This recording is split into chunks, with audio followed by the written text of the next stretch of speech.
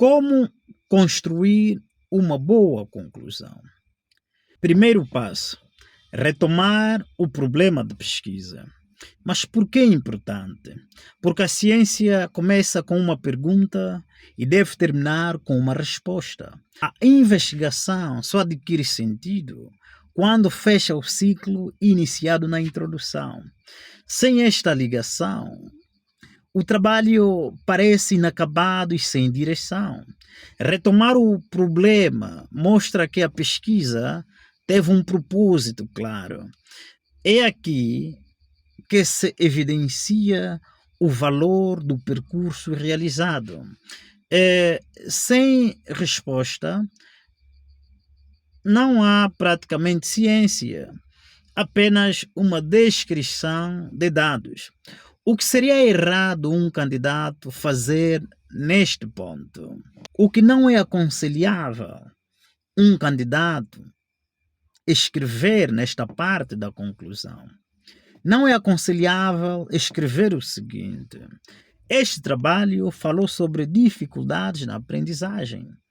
Uma sugestão seria: os resultados demonstraram que os principais fatores que dificultam a aprendizagem são a falta de recursos, a sobrecarga curricular e a desmotivação, respondendo ao problema inicialmente proposto. Segundo, mostrar coerência entre objetivos, métodos e resultados. Mas por quê? É para mostrar que o caminho seguido fez sentido. A banca precisa perceber a ligação entre o que foi proposto e o que foi encontrado. Quando não há coerência, o trabalho parece fragmentado. Mostrar esta articulação revela organização e rigor científico. Também demonstra que as escolhas metodológicas foram adequadas. Sem coerência, a conclusão perde credibilidade. Não é aconselhável dizer o seguinte: o objetivo foi estudar os professores. Em vez disso, um candidato poderia escrever o seguinte: a análise das práticas pedagógicas evidenciou metodologias predominantemente expositivas, confirmando a hipótese de que a ausência de estratégias ativas limita o envolvimento dos estudantes. Não introduzir ideias novas. Mas por que não? Porque a conclusão consolida, não abre novos temas, caros candidatos. Novas ideias exigem novos dados e novas análises. Inseri-las na conclusão quebra a lógica do trabalho. A banca interpreta isso como falta de planeamento. A conclusão deve fechar, não reabrir. Consolidar é sinal de maturidade científica. Não é aconselhável, por exemplo, um candidato escrever o seguinte: seria importante estudar também as redes sociais. O correto seria: os resultados obtidos permitem compreender o fenômeno dentro dos limites metodológicos adotados. 4. Indicar limites e caminhos futuros. Por que é importante?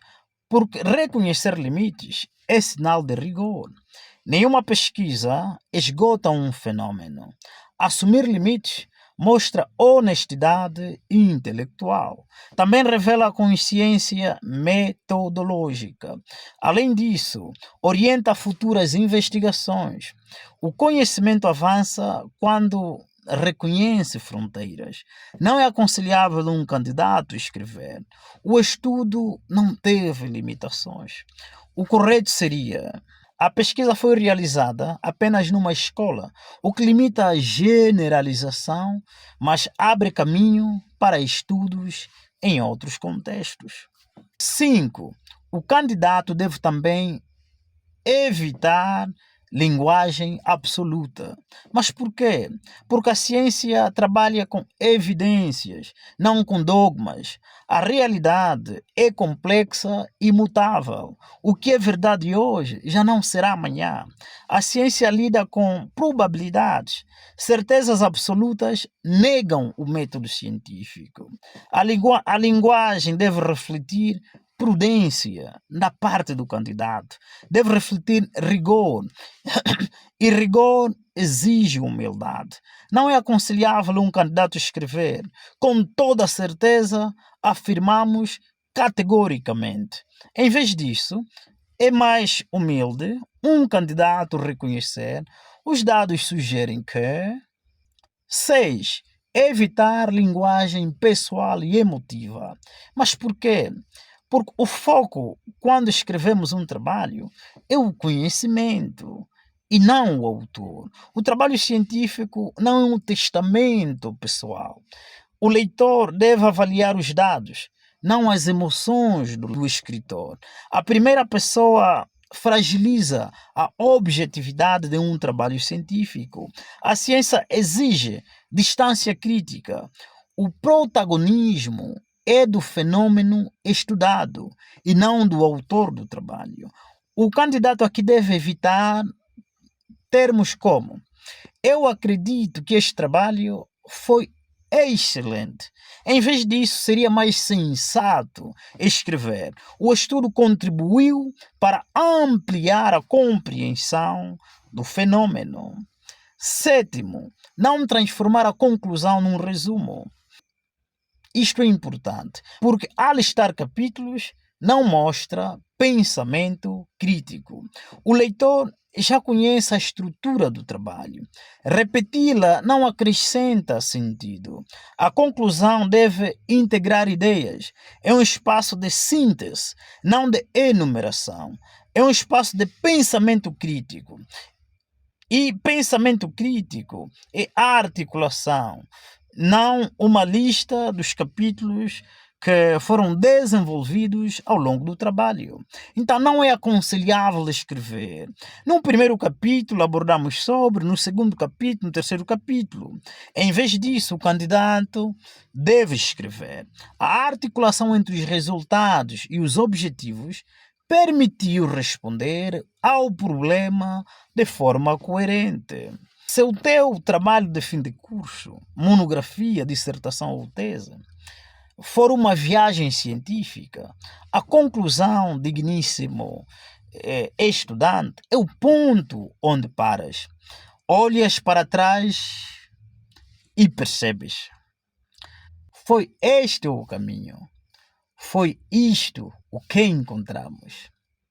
Não porque a estrada termina, mas porque este estudo alcançou o seu limite metodológico e empírico.